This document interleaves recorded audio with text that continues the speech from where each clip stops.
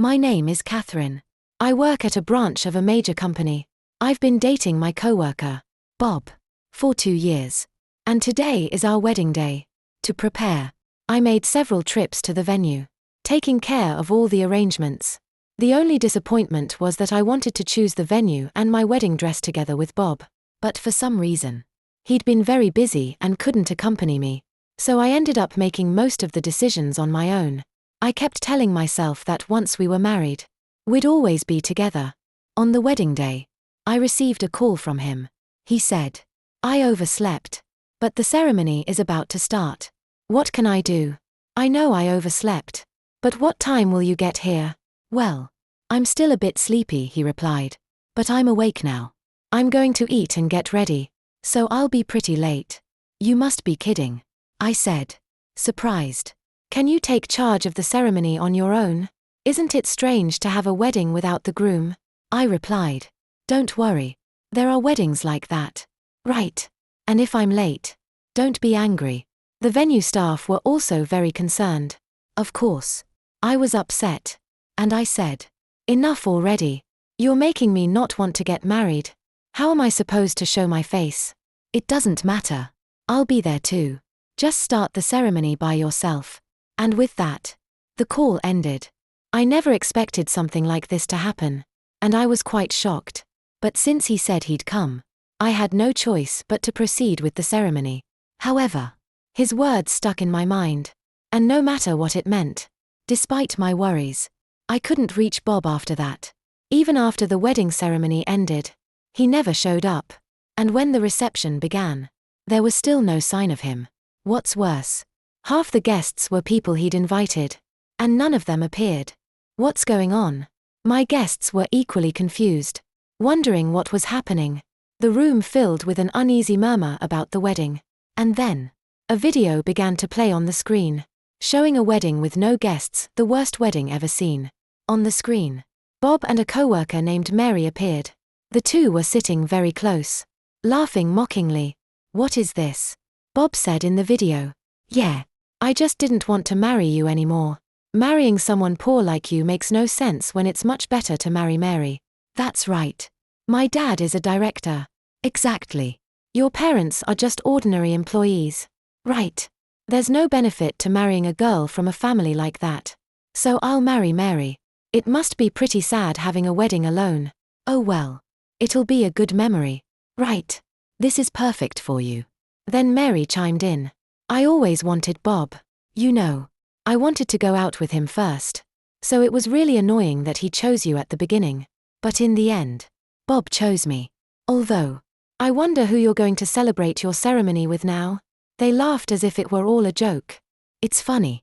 No, this is horrible. How could you come all the way here alone? I didn't even go to the venue with you.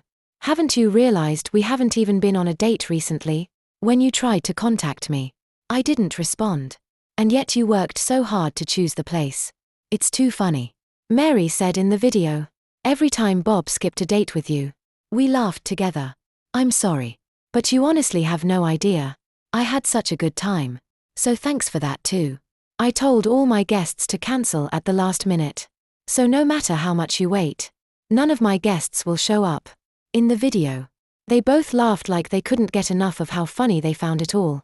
I was in shock, unable to comprehend how things had ended this way. But now I finally understood what Bob meant when he said he would come no matter how. That's what he really meant. He never planned to get married in the first place. If that's how he felt, he should have said so from the beginning. This is too cruel. As I hung my head, the venue staff approached and kindly escorted me to the waiting room. I sat there, completely stunned. My parents arrived, and with tears streaming down my face, I could barely speak. My dad, William, hugged me tightly. "Dad, I'm sorry. It's okay. I know this was important. The guests here don't matter," he said, with words so kind they made me cry even harder. Then my dad, generally so calm, said something unexpected. 22 people. Right. 20 guests. Bob. And that woman. All from our company? No, yes. They're from the branch. Then we'll just fire all 22 of them." Hearing this, I suddenly realized that was an option. I was right. My dad could make that happen. I nodded, expecting Bob and Mary to lose their jobs the next day. I thought if I went to work, I'd have to see Bob. And not just him, but everyone at the branch office. He would surely make fun of me, and there was no way I could face that. So, I decided to take the day off as I had already planned. Meanwhile, at the branch, dismissal notices began circulating. 22 people were fired at once. And with so many employees out, it was no surprise that the branch could no longer function properly. All my guests had attended the wedding, which resulted in nearly half the branch staff being fired. As a result, the branch manager was overwhelmed by the workload. In the midst of all this, Bob and Mary confronted the branch manager. "Why are we being fired?" The manager, unsure what to do, replied, "I don't know.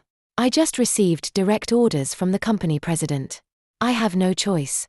Bob and Mary, along with 20 other employees who also received their dismissal notices, rushed to the company headquarters hoping Bob and Mary could resolve the situation. When Bob and Mary arrived at the headquarters and entered the president's office, Bob was shocked to see a very familiar face. "William, you dare address me so casually?" William said sternly. "Fine. But why are you here? This is the president's office. And regular employees shouldn't be here." Bob tried to answer, but William interrupted. "Exactly. That's why I'm here." "What do you mean?" Bob asked, confused. "Don't you realize? I'm the president of this company? You must be joking. You never told me that. Did you ever ask?"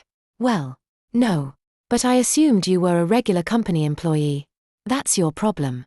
Isn't it strange not to know the face of the president of your own company? My face is on the brochures, on the website, everywhere. How could you not know?" "Well, yeah, I guess. But still, you could have told me and I would have done the right thing if I'd known. I mean, obviously, I would have chosen the president's daughter over any director. You're an embarrassment." William replied seriously, "I'm glad you didn't marry my daughter. If you had, you would have eventually run this company. But I can't trust the lives of 1,000 employees to someone like you." I could have been president?" Bob asked incredulously. "Yes, I was considering it. Depending on your work performance after the marriage. If you proved yourself worthy of the position." "I can't believe it. I let a golden opportunity slip through my fingers." "Yes, so it seems," William stated firmly. "But oh well. It worked out. You're Mary, right? Director Thomas's daughter?" "Yes, I'm his daughter."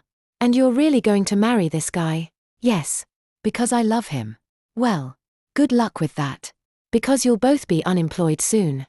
"Wait, William, why are you firing us? This is wrongful termination." "Wrongful termination? Don't make me laugh. After humiliating Catherine like that, do you really think they don't deserve to be fired? And you, Mary, you're no different. Even though you're Thomas's daughter, you disrespected my family and every one of the guests who cancelled yesterday." "Yes, all of them are fired too." "You're firing us over yesterday?" "Exactly. How could I tolerate someone capable of doing something like that remain employed at this company? There's no way I can forgive that. I'm so sorry. Please forgive us. Don't fire us. It's too late for that. You humiliated Catherine with that ridiculous video. And now you want to apologize just to avoid being fired. You should have foreseen this after what you did." "No, I wasn't thinking about that at all." "Then you've clearly taken this all too lightly. When you hurt someone, it's natural to face the consequences. Being fired is the most reasonable outcome. Don't you think?" "Please, William, I beg you. Enough. Get out of my sight. You are no longer employed here. And I don't want to see your faces again." "But William, if you don't leave now, I'll call security." "Fine. We're leaving." Bob and Mary had no choice but to leave the president's office and return to the branch. There, 20 employees were waiting for Bob and Mary, and upon hearing the reason for their dismissal, they were shocked and enraged, realizing it was all caused by the actions of the two of them. Although all 22 employees left the company branch in tears, Bob couldn't accept it. "Mary, can't you ask your dad for help? He's the director. So maybe he can reverse our dismissals." "Yeah, I'll try talking to him," replied Mary, trying to remain optimistic. Mary contacted her dad, Thomas, the director. However, when she ended the call, she burst into tears. "What happened?" asked Bob. "My dad got mad at me. He told me it's natural that we got fired after doing something so stupid. And it's ridiculous to expect that only we'd be saved. He also told me to never contact him again. He's cut ties with me completely. So you're not the director's daughter anymore?" "Yeah. I guess that's what it means," said Mary. "Head down. He's disinherited me." "Then there's no point marrying you," said Bob. "What are you saying? You only wanted to marry me because I was the director's daughter." "Exactly. I told you before, didn't I? What other appeal do you have? But we're family. Surely. Someday we'll repair our relationship. I'm sure we'll be okay. Because we're still family," Bob said. Mary thought for a moment. And he was right. "Yeah, you're right. If we try hard enough, he might eventually forgive you and maybe help me get back into the company." "Exactly. My dad's always loved me. It all depends on how we handle things. Yeah. If we remain happily married, things will turn around for us." "Okay. Let's get married right away." "But there won't be a wedding ceremony." "Why not? After what we did to William's daughter, do you think it would be appropriate to have our own ceremony? That would put your dad in an awkward position. And there's no way Thomas would attend while he's angry. So, there's no point. It would just be a waste of money." Mary felt a little disappointed but swallowed her feelings, thinking that marrying Bob was worth it. 6 years passed, and Mary continued to have a strained relationship with her dad. Still, Bob was determined to repair the relationship, sending gifts for Father's Day, Mother's Day, birthdays, and Christmas, always accompanied by letters expressing his regret and remorse. One day, when Bob and Mary's son started kindergarten, that's when they unexpectedly ran into Catherine again. "Why is Catherine here? You're the president's daughter. Shouldn't you be sending your child to a fancy private school? Not a normal kindergarten like this?" "Oh, Mary, you married Bob?" "Yes. Thanks to you. My parents disown me." "Well, that's understandable. After all, you did what you did. So what are you doing here?" "Just because my parents are rich doesn't mean I am. I want my child to grow up like everyone else. So I enrolled him in a regular kindergarten program. I'm rich. But I'm pretending to be humble. I never said my husband is just a run-of-the-mill employee." "Whatever. Get away from me. Seeing you makes my skin crawl." "That's harsh. I should. You too. Bob and you were fired because of you. All of that was because of the horrible things you did. But don't worry. I have no intention of getting close to you for that." I took my daughter's hand and left the kindergarten. But Mary stared after us as we walked away. "What's wrong?" She said no one wanted to play with her. I wondered what had happened. I tried reaching out to the other moms, but no one answered my calls. Something was wrong. Eventually, I got in touch with my closest friend, who told me that it had all been because of Mary. It seemed Mary had been telling the other mothers to exclude me, and now my daughter was being left out too. So that's how she wants to play. I see. Well, I won't let this slide. Years ago, I let it go. But this time, don't mess with my kid. I'll make sure you regret it. I hired a private investigator. After a while, the investigator's report arrived. This is interesting. I've learned something quite amusing. Better remember this. With that, I decided to take action. A few days later, I received a call from Bob. "Why did you tell Mary's parents about our debts?" "I just sent an envelope. I haven't even met them. So how could I talk to them?" "You sent the investigator's report. Doesn't seem like you noticed that. Mary's parents seem to be quite strict. Wouldn't it have been a shame for them not to know the truth? Don't you think? I was so close. I was so close to making things work with Thomas. But now, thanks to you, it's all ruined. If that's how you feel, you should blame Mary. This all happened because your wife messed with my child. That's why. Make sure gambling and your shopping habits are revealed. 2. It's the same principle. You think everything you two do is okay. But what I do is the only thing that's wrong. That's pretty hypocritical. Don't you think? But I've been working very hard. That's the thing. If you hadn't done what you did 6 years ago, Thomas wouldn't hate you now. It all started with you 2. But I worked hard. Everyone works hard. You're not the only one. I've been working hard for the past 6 years. 2. We're all in the same boat. But you really had to tell him about the gambling. I told you I didn't say anything. I just sent the documentation. You get what you give. 6 years ago. I couldn't do anything. But now I can. Especially when it comes to protecting my child. I'll do whatever is necessary. That's cruel. Cruel? Compared to standing me up at the wedding. I think this is nothing.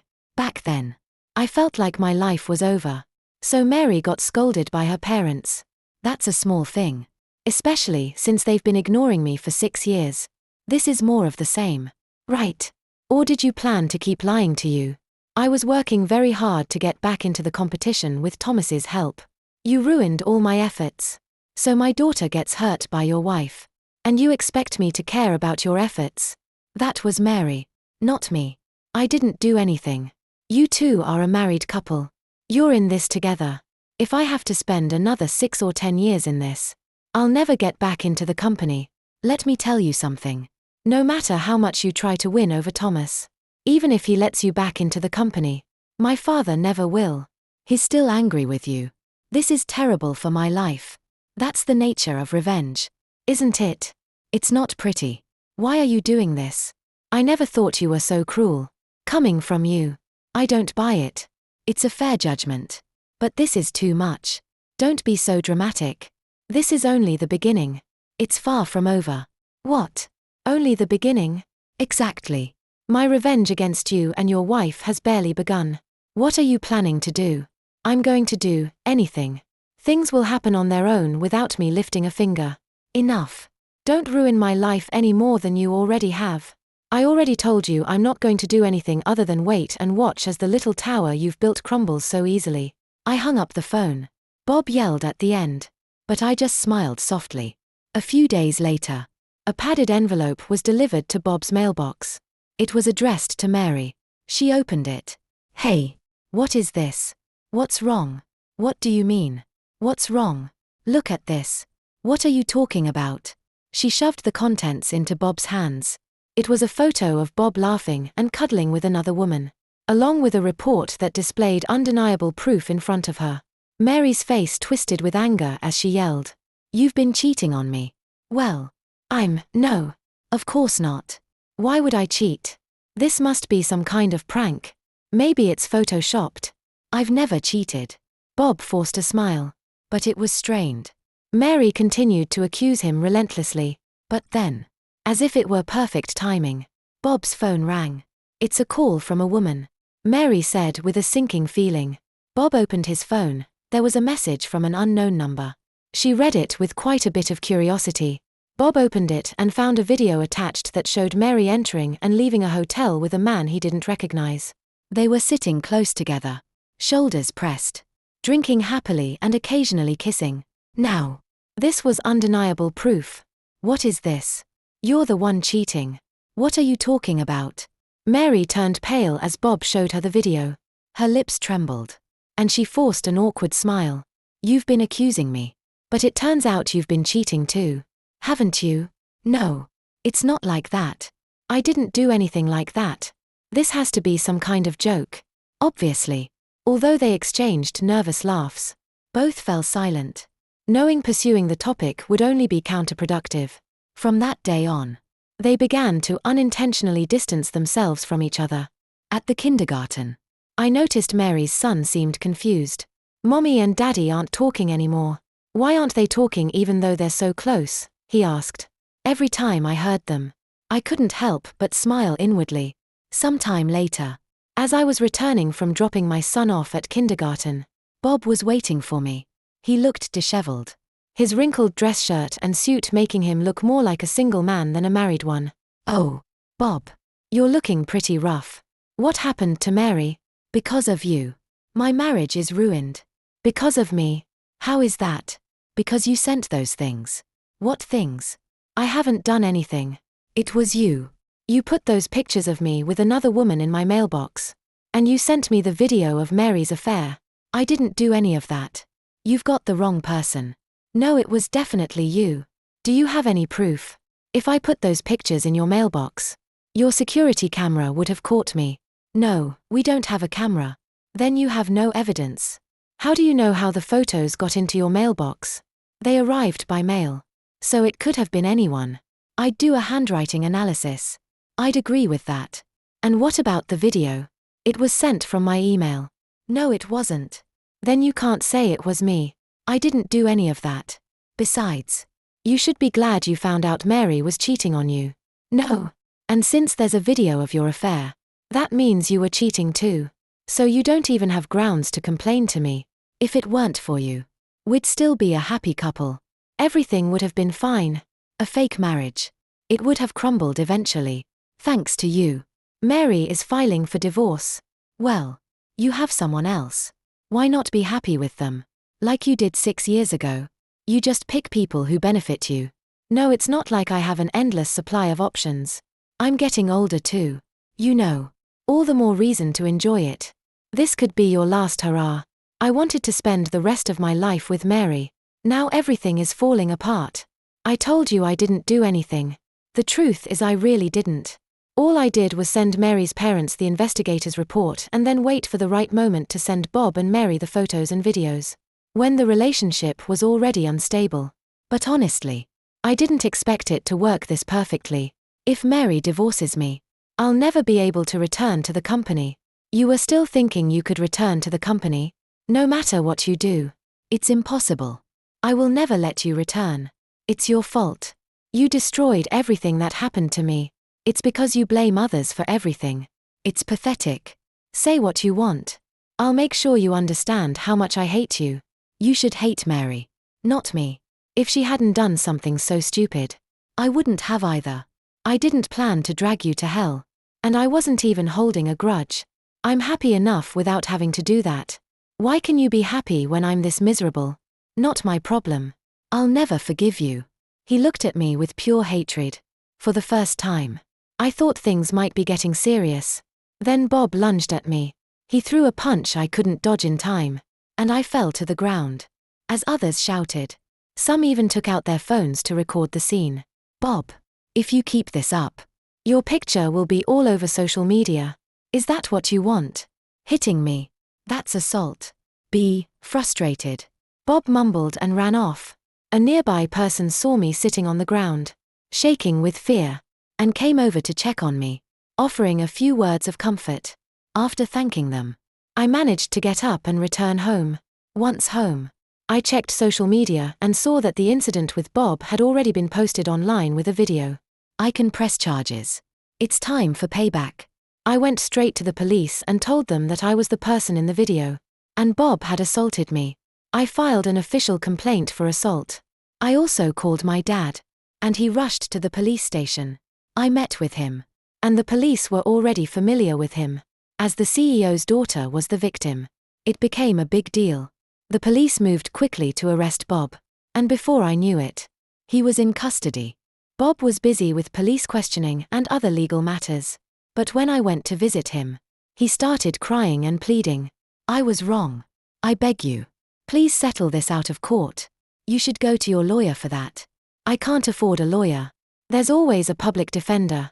They never do a good job. Well, that's tough. But I'm not here to make a deal. I came to tell you why you don't just comply.